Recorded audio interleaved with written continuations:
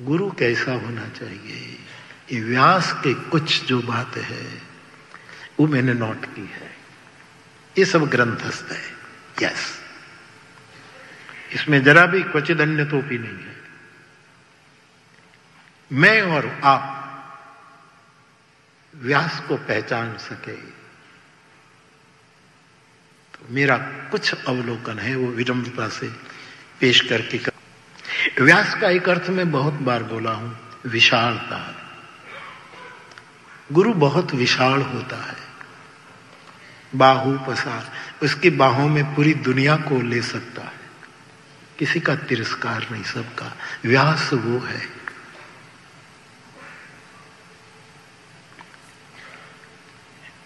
तो गुरु पूजा हम करें, गुरु तो कैसा गुरु जो विशाल है, संकीर्ण नहीं, आसमां जिसको छोटा पड़ता है, ऐसा गुरु एक जो ग्रंथस्थ है। सब ध्यान देना। दूसरा, व्यास न होते तो वेदों का विस्तार नहीं होता। 1 से 3, 3 से 4 ये विस्तार व्यास ने किए है। पहले तो एक वेदी ही था, फिर द्विवेदी आया, फिर त्रिवेदी आया, फिर चतुर्वेदी आया। एक वेद का विस्तार, फिर संहिताएं, 18 पुराण। इसलिए गुरु ऐसा हो जो विस्तारक हो, वेद शास्त्र विशुद्धिकृत। व्यास ऐसा हो जो विस्तारक है, हमें संकीर्ण न बनाए, हमें विशाल बनाए, हमें उदार बनाए। ये दूसरा ग्रंथस्थ दर्शन है। तीसरा, व्यास में मैंने ग्रंथों से पाया, ये व्यास मुनि कहते हैं। व्यास मुनि कवि तो है, सर्जक तो है ही, लेकिन मुनि और व्यास ऋषि भी है। और मुनि और ऋषि की व्याख्या यह है, कोई आदमी चुप रहे तब मुनि है, बोले तब ऋषि है। व्यास में दोनों है। ये मुनि के रूप में मौन है। जो साधु न बोले तो मौन मूर्ति है, बोले तो समंदर भी सुनने के लिए अपने तरंगों को शांत कर दे। ऐसा जो प्रभात साहब का ये भाव है। प्रभात साहब की गजल का एक शेर है, गुरु की पहचान, चुप रहे तो मुनि, बोले तो ऋषि। ये दोनों व्यास को लगता है। व्यास जैसा वैदिक वांग्मय से लेकर महाभारत तक, योग वासिष्ठ, ये तो वाल्मीकि की रचना, तो हर ग्रंथों का जो उसने किया, ऐसा सर्जक जगत में मिलना मुश्किल है।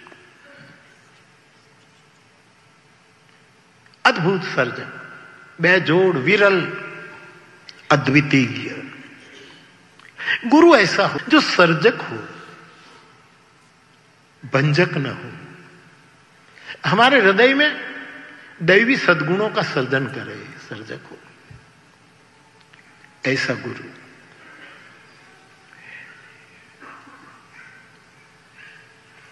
पांचवा दर्शन ग्रंथस्थ है। व्यास के पास थियरी भी है, प्रैक्टिकल भी है। कई लोगों के पास थियरी है, प्रैक्टिकल नहीं। व्यास में दोनों। सूत्र प्रदान करते हैं, सूत्र को प्रयोग करके चरितार्थ भी कर देते हैं। ऐसा गुरु जिसके पास थियरी भी हो और प्रैक्टिकल भी हो, ये व्यास है। व्यास के वर्णन में महाभारत में जाते हैं तो शस्त्र भी है, शास्त्र भी है ना। अब आप पूछो कि गुरु के पास शस्त्र भी है और शास्त्र भी है। हां, क्यों? शस्त्र रक्षण के लिए है, किसी को मारने के लिए नहीं।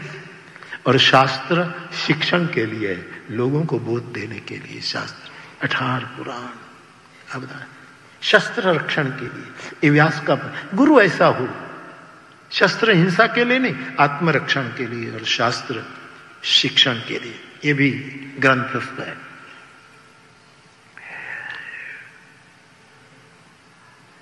चौबीस अवतार में व्यास एक अवतार है।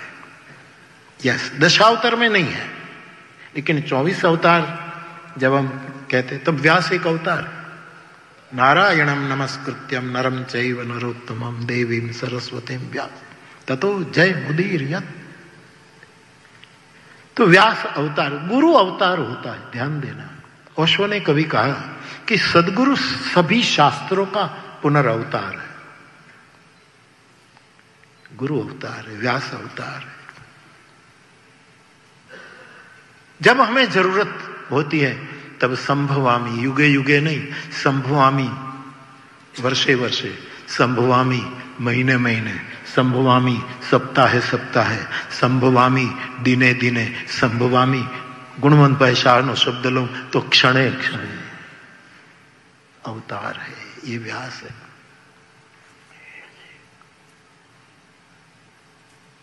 व्यास भगवान महाभारत के रचनाकार तो है, लेकिन महाभारत का पात्र भी है। ये व्यास की महानता है। वो तो द्वापर युग की, लेकिन हमारे जीवन में जो महाभारत होता है, कभी धर्म और अधर्म में निर्णय नहीं कर पाते, अपने पराये में निर्णय नहीं कर पाते, दूध और पानी में निर्णय नहीं करते, शत्रु मित्र में निर्णय नहीं कर पाते, सुख दुख में निर्णय नहीं, हर्ष शोक में, सभी द्वंद्वों में हम असमंजस, कंफ्यूज रह जाते हैं। तो महाभारत में मैंने कई बार कहा कि महाभारत में जब जब समस्या पैदा हुई व्यास प्रकट होते हैं। हमारे जीवन के महाभारत में भी हमारा गुरु जब जरूरत होती है तब व्यास के रूप में प्रकट हो जाता है और मौके पर प्रकट होता है। ये तो जो समर्पित है उसके सबके अनुभव है। बाद में पता लगता है कि ये पल जरूरी है थी उसकी, और वो आया, वो आ जाता है। तो व्यास महाभारत के पात्रों में भी है और हमारे जीवन के संघर्षों में गुरु ये खड़ा रहता है। ये भी है।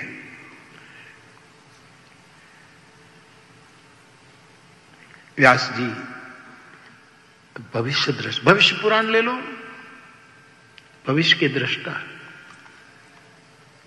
आर्ष दृष्टा है। उसने जो कहा है, दुनिया के कई चिंतकों के नाम लिए जाते हैं कि फला जो भविष्य कहते हैं सत्य, बाकी व्यास की तुलना में कोई नहीं आएगा। बड़े भविष्य देता है। तो गुरु ऐसा होता है, तुम त्रिभुवन गुरु वेद बखाना, सबका जानकार होता है, ये व्यास होता है। और मुझे कहने दो, भागवत में जब व्यास का दर्शन करता हूं तो दादा शून्य और पूर्ण के बीच में व्यास सेतु है। भागवत का कृष्ण और महाभारत का कृष्ण, दोनों के बीच में भगवान व्यास। गुरु कौन? जो सेतु है, जो मिला दे, विलग्न करे, समन्वय करे, सेतु बंद करे।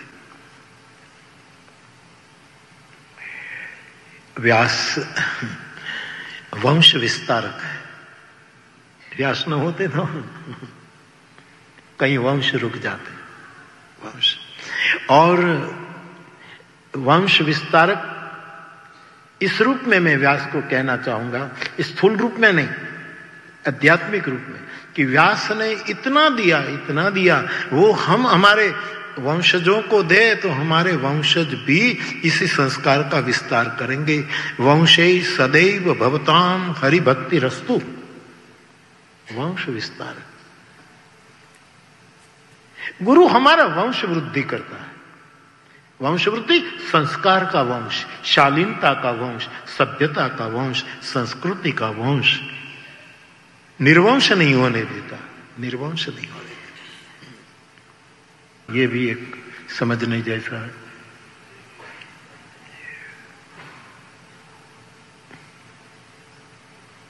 व्यास सही में सदगुरु है, सही सदगुरु है।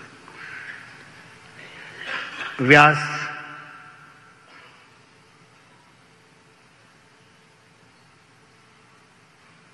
एक अद्भुत सूत्र कहते हैं, परोपकाराय पुण्याय पापाय परपीड़नम। अद्भुत, विश्व का कोई धर्म मना नहीं कर सकता, कोई कट्टरता के कारण, कोई पूर्वग्रह के कारण मानना ही नहीं तो उसको तो कौन मनाए। लेकिन वो कहते हैं परोपकाराय पुण्याय पापाय परपीड़नम।